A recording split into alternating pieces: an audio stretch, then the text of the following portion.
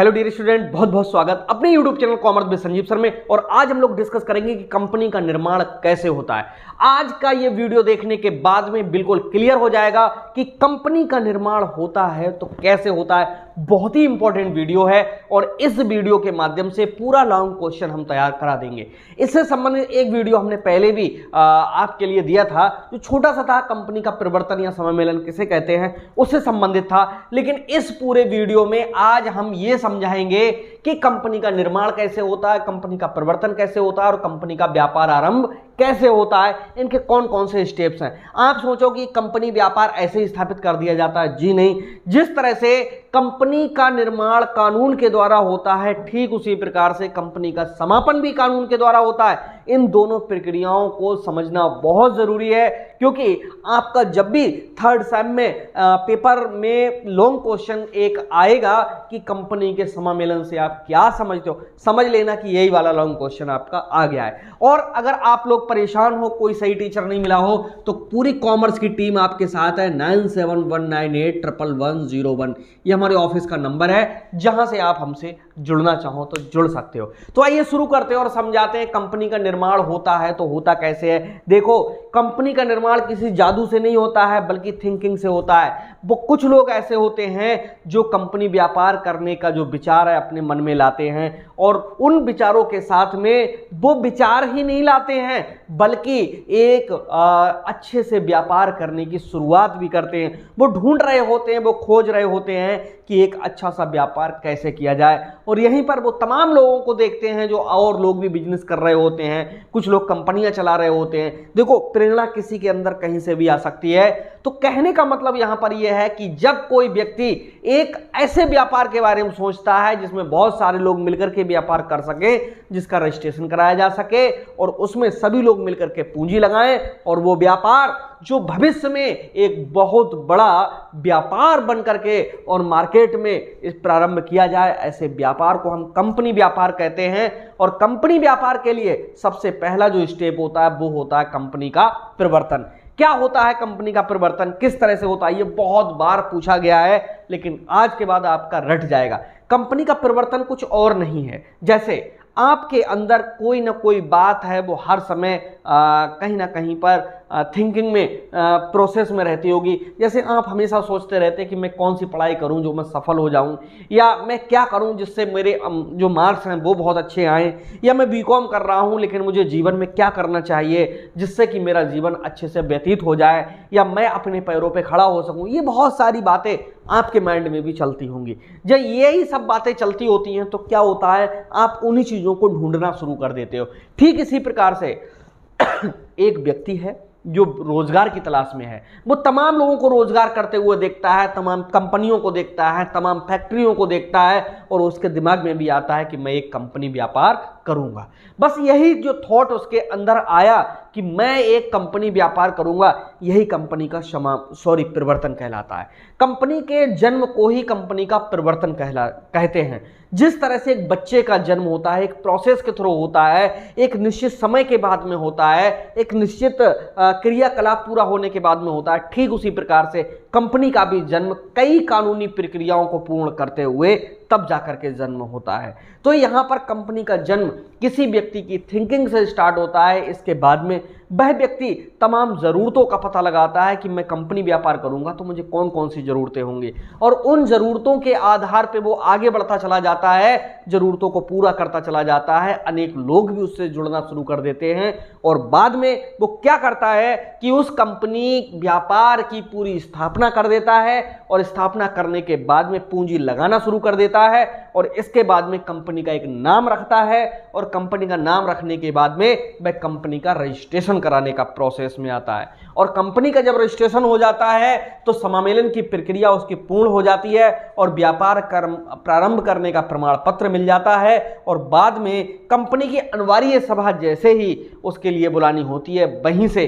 Company का business एकदम run करना शुरू हो जाता है। ये एक प्रोसेस के थ्रू होता है, और इस प्रोसेस में कौन कौन से चरण हैं, कहां कहां से हम लोग आगे बढ़ेंगे, ये आज की वीडियो में हम विस्तार से आपके लिए समझाएंगे। और इसके जो पीडीएफ नोट्स हैं, जो लोग क्लास को ज्वाइन किए हुए हैं उन लोगों के पास में तक पहुंच जाएंगे, और बाकी जो लोग हैं इन्हीं सब बातों को ध्यान से सुने और वैसा ही लिख दीजिएगा। ओके, तो आइए शुरू करते हैं और समझाते हैं। सबसे पहली बात होती है कंपनी के निर्माण की। तो कंपनी का जो निर्माण होता है वो दो प्रकार से होता है, दो कामों को पूरा करने से होता है।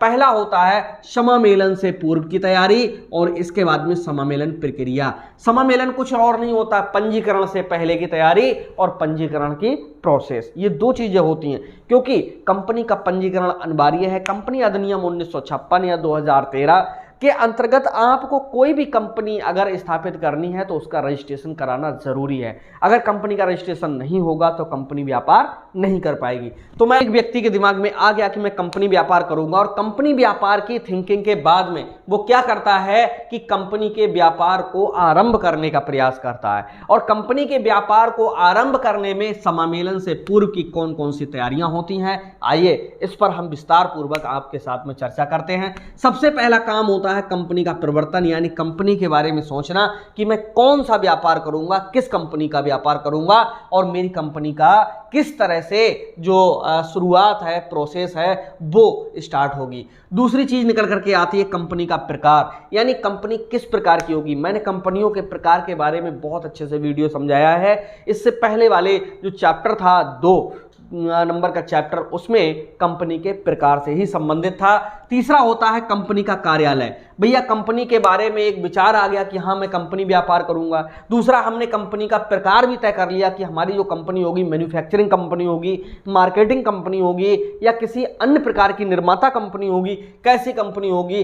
अब कंपनी के कार्यालय का चुनाव कर दिया जाता है, क्योंकि कार्यालय के बिना कंपनी बेकार होती है।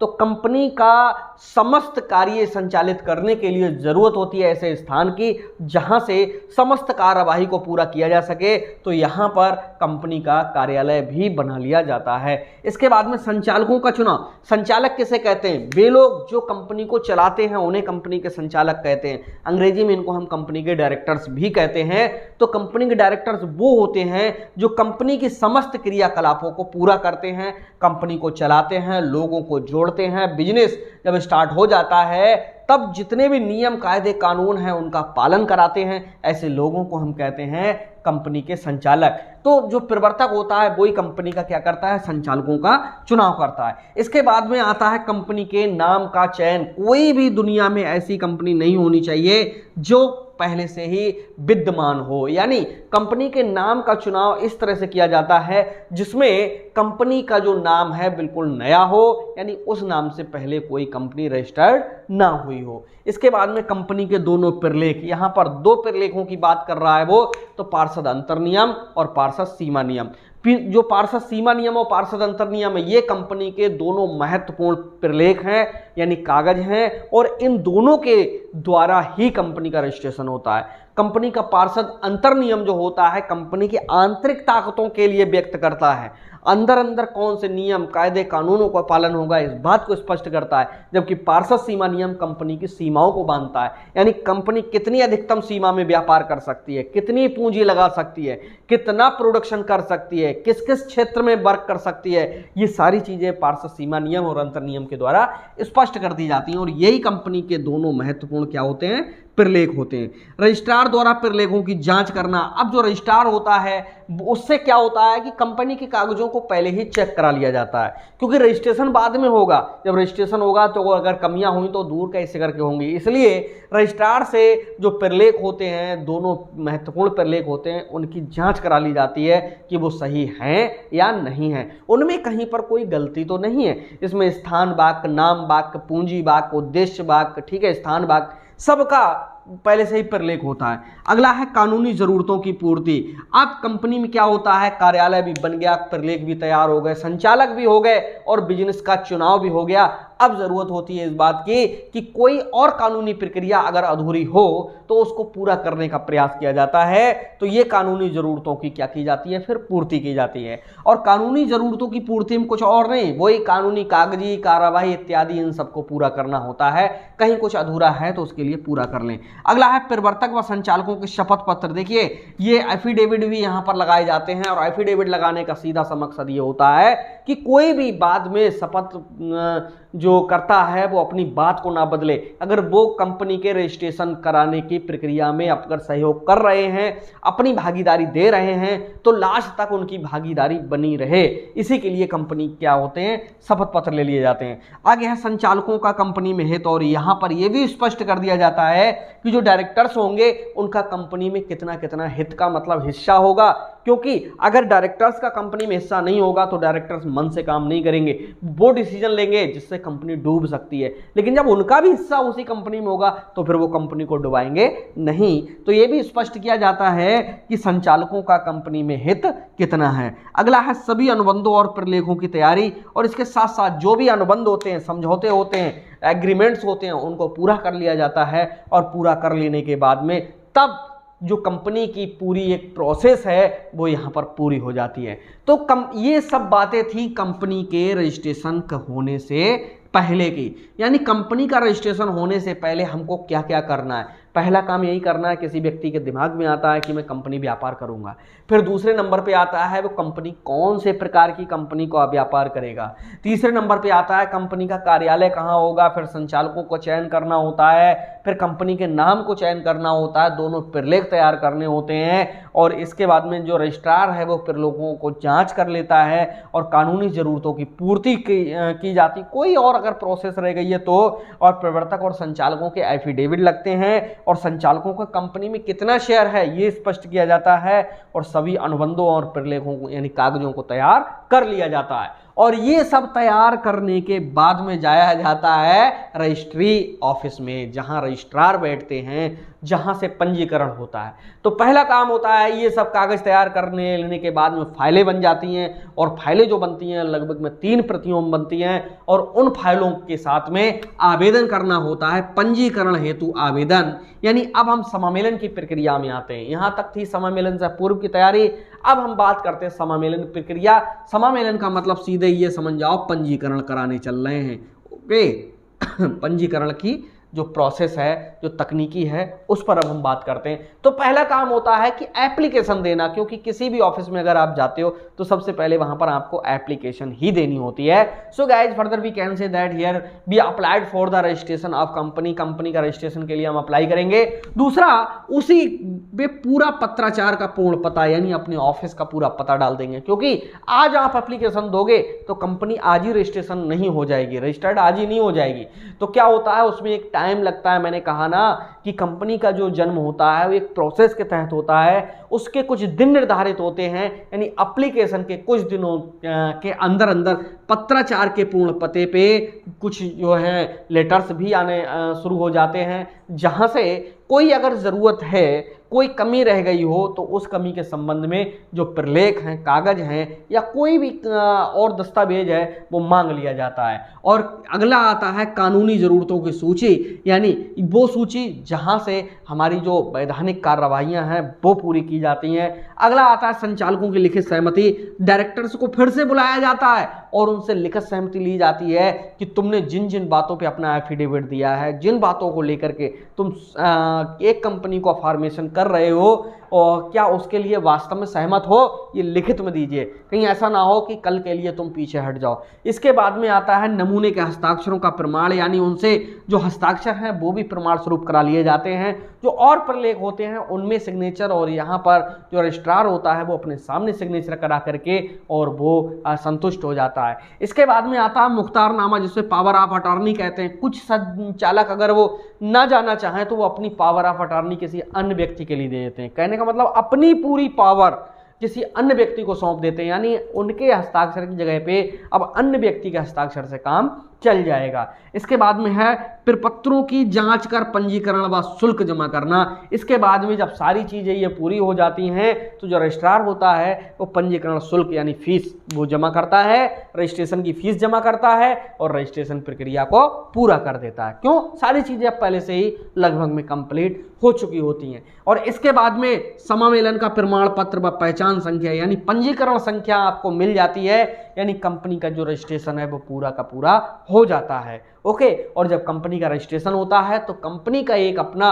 रजिस्ट्रेशन नंबर अलॉट हो जाता है और जिसको हम कंपनी की पहचान संख्या कहते हैं। और यहाँ पर व्यापार प्रारंभ करने का प्रमाण पत्र भी मिल जाता है कंपनी के लिए। और देखो, कंपनी का जब रजिस्ट्रेशन शुरू हो जाता है, रजिस्ट्रेशन हो जाता है, तो कंपनी के वो व्यापार इस तरह से नहीं कर सकती है। रजिस्ट्रेशन होना अलग बात होती है, लेकिन व्यापार शुरू करना अलग होता है। इसलिए कंपनी को व्यापार करने का, प्रारंभ करने का प्रमाण पत्र लेना होता है। और इसके बाद में जब कंपनी को व्यापार प्रारंभ करने का प्रमाण पत्र मिल जाता है, इसके बाद कंपनी की को एक 9 माह के अंदर अंदर सभी सदस्यों की अपनी एक अनिवार्य सभा बुलानी होती है। और जो मीटिंग बुलाई जाती है, बोस मीटिंग में कंपनी के इस बारे में समस्त जो मैसेज होते हैं वो दे दिए जाते हैं सभी लोगों को वहाँ पर बुला करके। और कोई भी अपनी जो टेक्निक आगे अपनानी है या कोई प्लानिंग करनी है, उसके बारे में विस्तार पूर्वक डिस्कशन हो जाता है। इस तरह से एक कंपनी का निर्माण होता है। तो किस तरह से होता है कंपनी का निर्माण, आपने पूरा समझा कि कोई व्यक्ति है उसके माइंड में एक बात आती है कि मैं कंपनी व्यापार करूंगा, यहाँ से कंपनी का जन्म शुरुआत होता है। और इसके बाद में वह समस्त ज़रूरतों को पूरा इकट्ठा करने का प्रयास करता है, जो जो ज़रूरतें होती हैं उनको एकत्र करता है। और इसके बाद में जो कंपनी के कार्यालय का चुनाव करते हुए कंपनी का नाम रखता है और कंपनी की जो जो ज़रूरतें होती हैं उसमें कंपनी का पार्षद सीमा नियम, अंतर नियम को तैयार करता है। उसके बाद में कंपनी का रजिस्ट्रेशन करा लेता है और रजिस्ट्रेशन होने के बाद में कंपनी को व्यापार आरंभ करने का जब प्रमाण पत्र मिल जाता है तब कंपनी व्यापार करना शुरू कर देती है। और ये एक लॉन्ग प्रोसेस थी जो कंपनी का निर्माण करने से संबंधित होती। कैसी लगी ज़रूर लिखिएगा। मिलते हैं हम नेक्स्ट वीडियो में, तब तक के लिए बाय बाय।